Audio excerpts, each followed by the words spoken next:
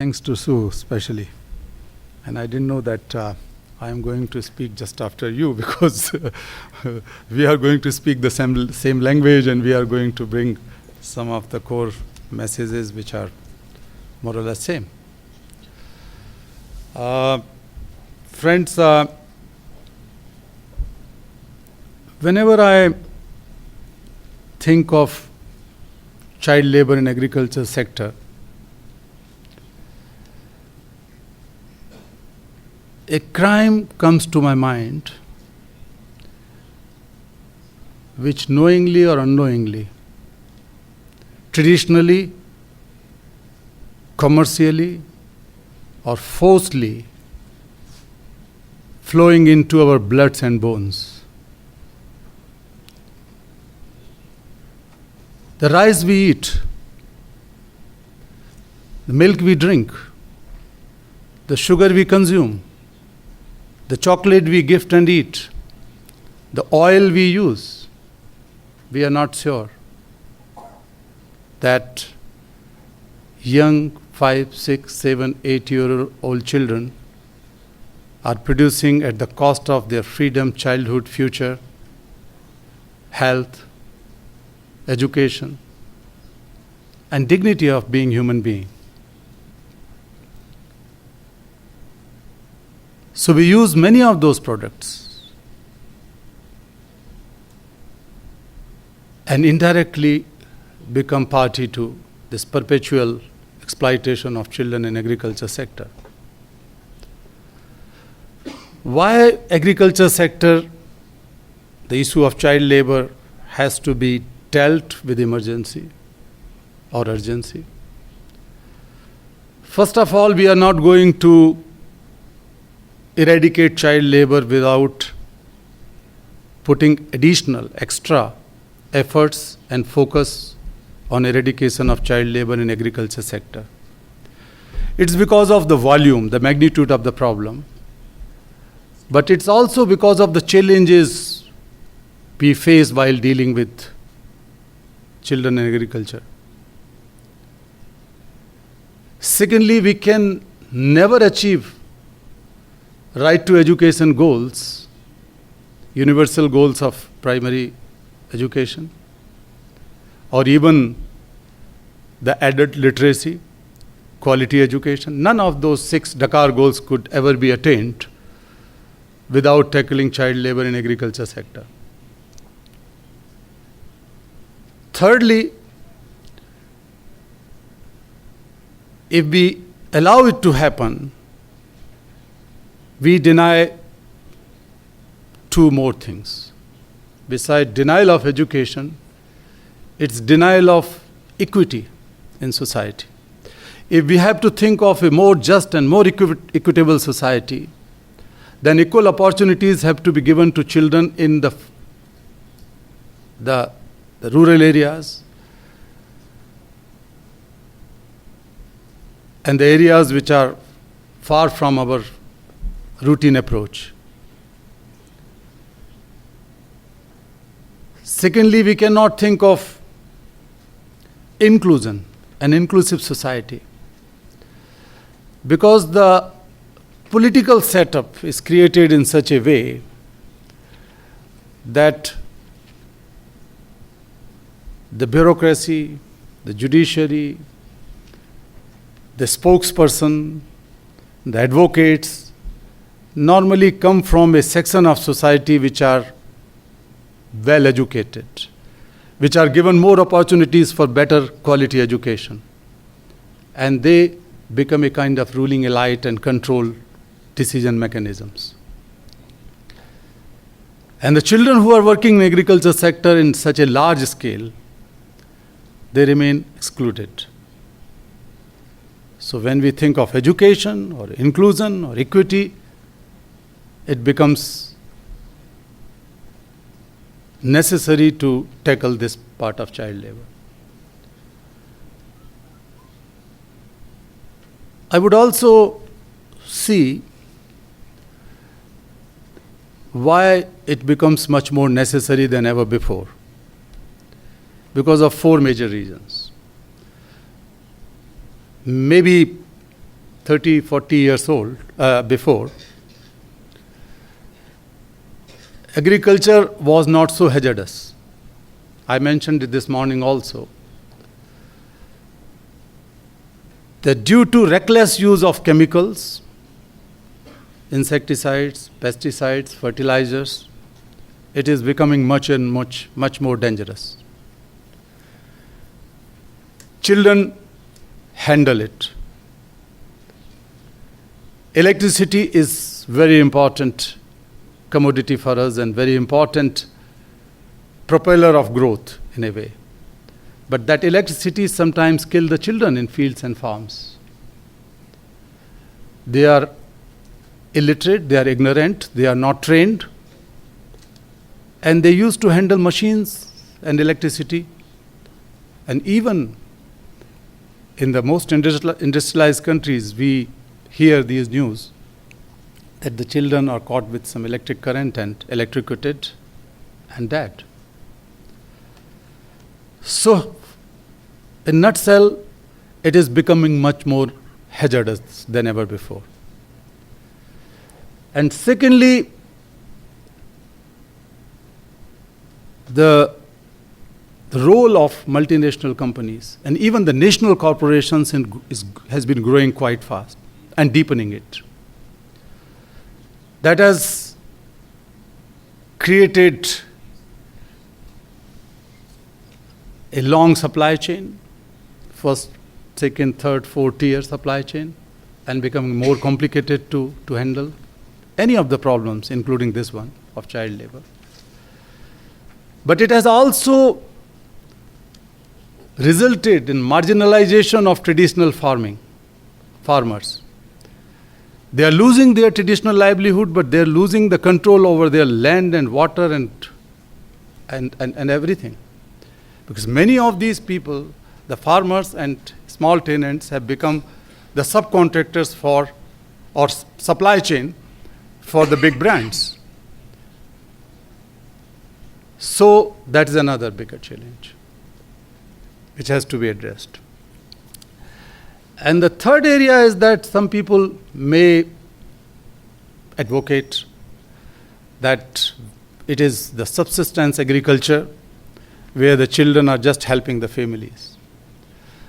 But as I said this morning, I had some humble experience working with all forms of child labor not only in my country but all across the world. And I know that slowly these poor people who are earning through their farming, their children are sometimes engaged as family child laborers, but they are somehow connected with the market economy and pressurized by the market demands. Also, some of them become the partner in supply chain. So they do not remain independent as they used to be 20 years ago, 30, 40 years ago. This nature of agriculture is changing. And the marginalization of small farmers is resulting in increase of child labor. So these are the areas we cannot ignore.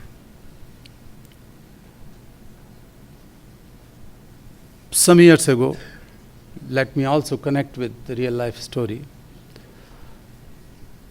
My colleagues in India went to rescue a child.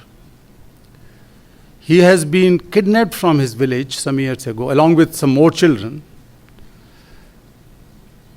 and sold to work in farm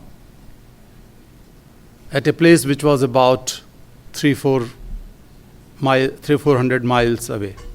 Even more, I think 500 miles away. And the boy was about 6-year-old that time.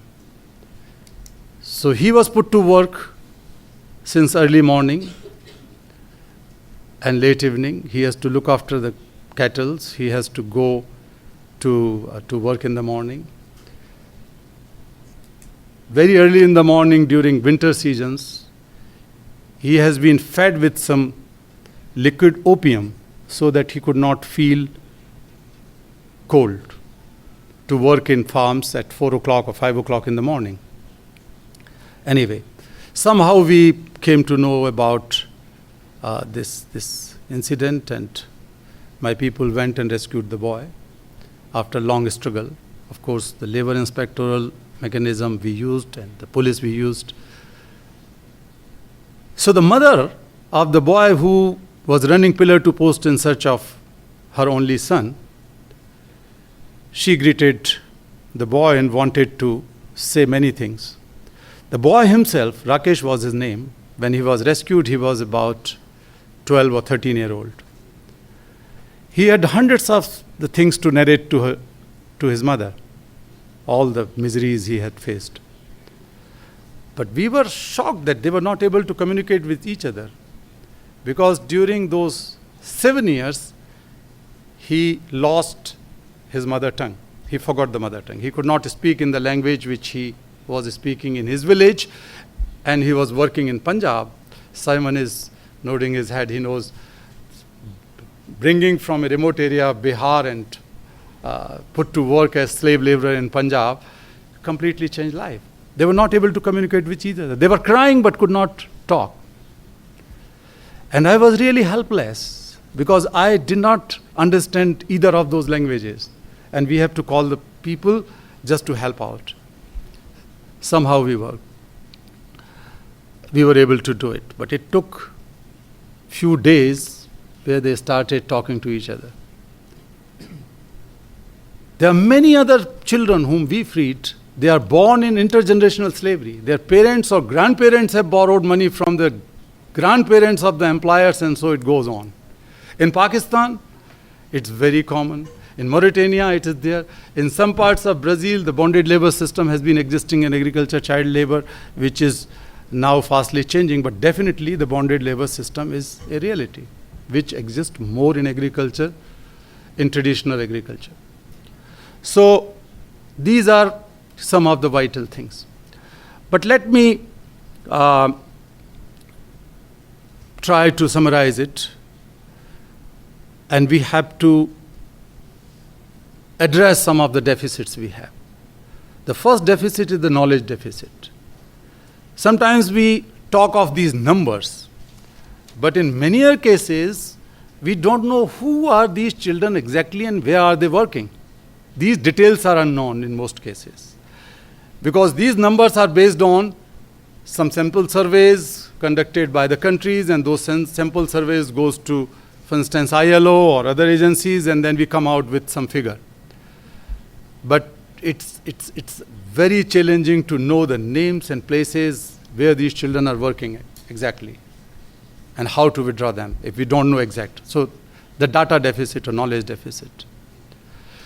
Second deficit is cultural deficit, because traditionally it has been approved that it is the way of life. Children have to work in agriculture sector because they have been working for generations and generations along with the families and so on.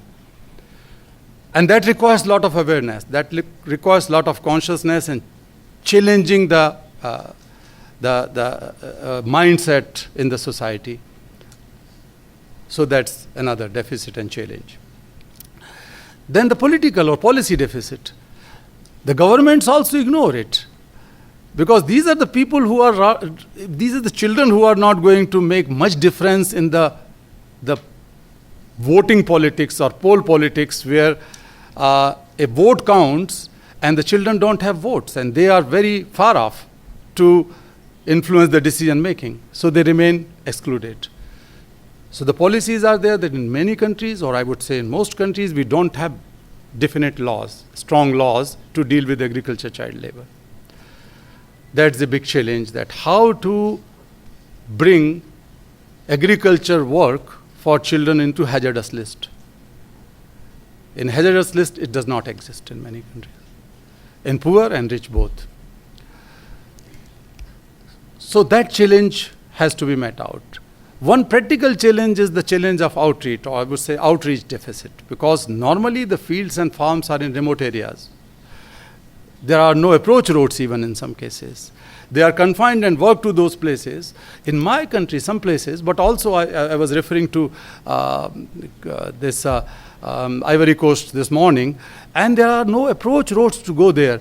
So I could imagine that how difficult it is for the labor inspectors, how difficult it is for the teachers to go, how difficult it is for the union workers to go and form the agriculture workers union and so on.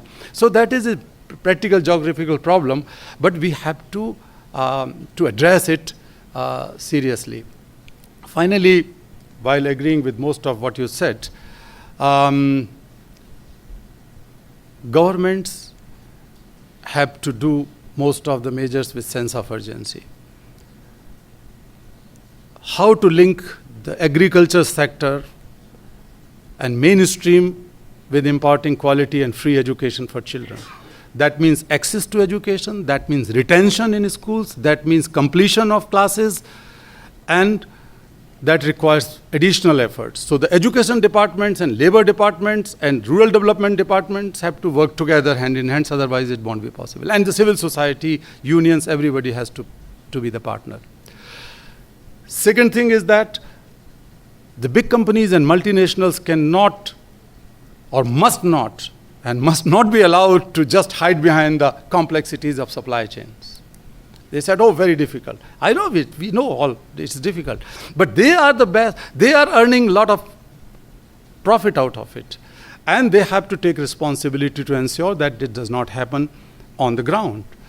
So accountability and management of supply chain is a major issue. And the social protection floor issue, the rural, I would also end up with one important thing, that we have to rethink about the whole issue of rural economy into the broader global market context. The traditional rural economy has been marginalized because it is not the farmers, it is not the producers, growers who dictate the price in the market. It is normally done by something else, either by the politicians and the governments or now by the multinational companies. The farmers are not very strong, unfortunately. The trade unions, I would apologize to say, that are not so strong in the agriculture sector, and that is also causing problem. But knowing all these factors, I think more revitalized, more innovative, more aggressive efforts have to be made to address the issue of child labor in agriculture sector, and without that, as I said in the beginning, I will end with that, we cannot reach the goal of eradication of child labor, nor we can reach the goal of poverty reduction or education for all. Thank you very much. And thank you. And thank you very much. No. Yeah, now it is on. Thank you so very much. And Kailash Satyarthi has so many things he wants to tell us that is important, so it is very difficult to keep the time. I understand that. I would like to recognize and welcoming the Minister of Work of Ghana that has entered the room, and I would like to welcome all of